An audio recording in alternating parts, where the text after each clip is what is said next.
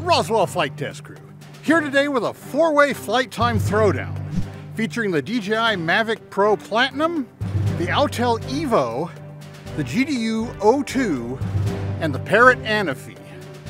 So none of these batteries has been flown more than 5 times, and the rule is we fly until the drone tells us to land. So let's see who comes out on top.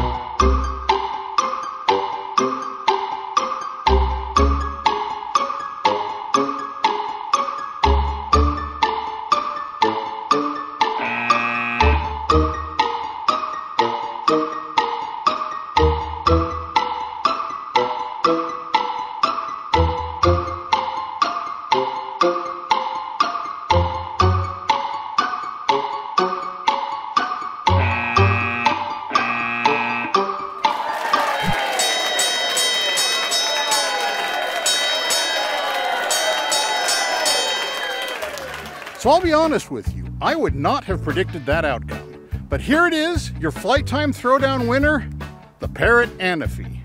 To keep up with the latest on drones and see our full review of the Anafi, be sure to click subscribe. Thanks for watching, we'll see you next time. Fly safe.